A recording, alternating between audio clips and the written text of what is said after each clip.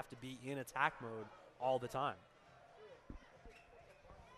Gordon going near corner, Oh, and my that goodness. one made it in.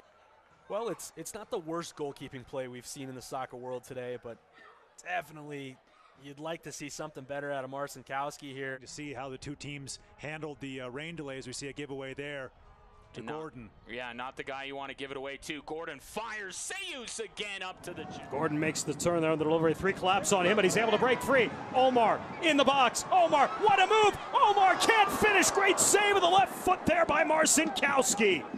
Onside is Presley. Back across, deflected on save. Gordon the rebound. San Antonio FC the 2-1 lead. Covering into, you're going to see that ball come off of Berry, I think, and the leaker keeps it out. Falls right to Omar Gordon, who just drives it back on. King into the area. Here's Gordon making the turn with a strike. Omar Gordon, the equalizer. He's done it again.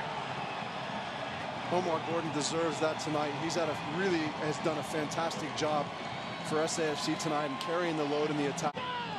A great finish, very timely for SAFC.